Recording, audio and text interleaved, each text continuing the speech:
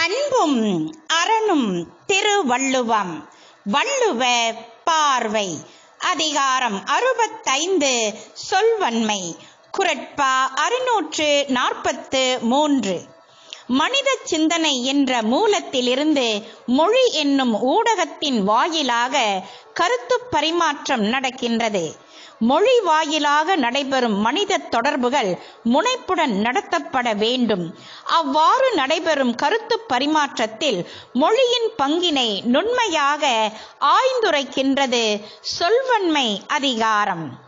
சொல்வன்மையின் திறன் உரைக்கின்றது அதிகாரத்தின் 3ஆம் குறட்பா.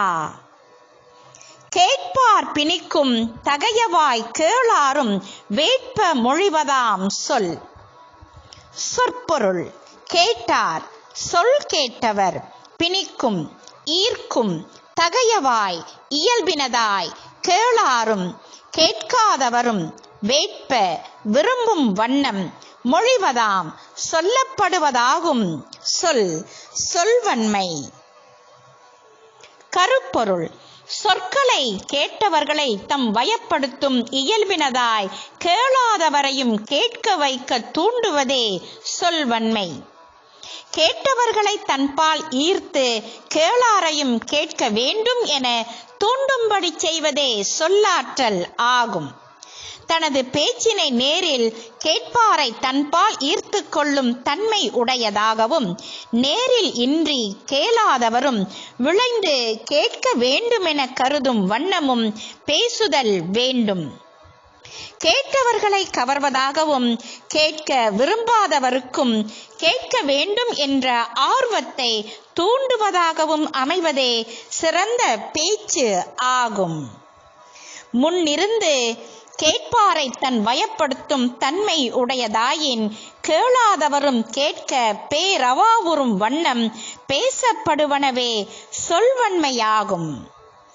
கேட்பவர் மகிழ கேளாதவரும் விரும்புமாறு பேசுக. சிறந்த சொல்லின் தன்மைதனை உரைக்கின்றது குறள். எந்த இடத்தில் எந்த பொருளில் பேசினாலும் அப்பேச்சினை விரும்பி கேட்பவர் பொதுவாக பேசுவார் மீது நன்மதிப்பு கொண்டவராகவும், நட்பு காரணமாகவும், செவியின் சுவை உணர்ந்தவராகவும், பேச்சின் பொருள் ஆய்பவராகவும் இருப்பது இயல்பே. ஒருவரின் பேச்சுத்திறன் அறிந்தோர், அதனால் மகிழ்ந்தார், அதன் வழி பயன் பெற்றோர் என ஒரு பகுதியினர் எப்போதும் நம் பேச்சினை கேட்க ஆர்வம் கொண்டிருப்பர்.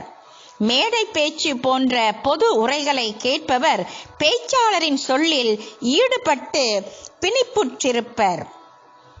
வள்ளுவம் முன்வைக்கும் சொல்வன்மையானது நம் தொழில்முறை பகைவரும், நம்மை விரும்பாதவரும், நம் போட்டியாளரும் கூட நம் பேச்சை கேட்க ஆவல் கொள்ளச் செய்யும் சொற்திறமாகும்.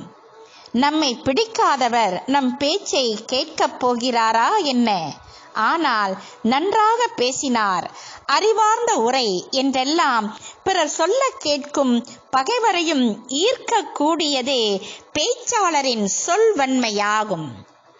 காரண காரியங்களை முன்வைத்து ஏராளமான புள்ளி விவரங்களோடு துல்லியமாக பேசப்படும் அமைச்சர்களின் வாதங்கள் அரசு சார்பற்றவர்களையும் ஈர்க்க வல்லது. முத்தாய்ப்பாக வான்புகழ் வள்ளுவரின் திருக்குறளின் சொல்வன்மையானது உலகை தன்பால் ஈர்த்துள்ளது என்பதே இன்றைய குறளுக்கு மிகச்சிறந்த சான்றாக அமைந்துள்ளது. கேளாதவரையும் கேட்க வைக்கும் சொல்வன்மை. கேட்டார் பிணிக்கும் தகையவாய் கேளாரும் வேட்ப மொழிவதாம் சொல். வாழ்க நம் தமிழ் மறை. வள்ளுவமாய் வாழலாம். வள்ளுவ பார்வையில் சுபா சுப்பிரமணியம்.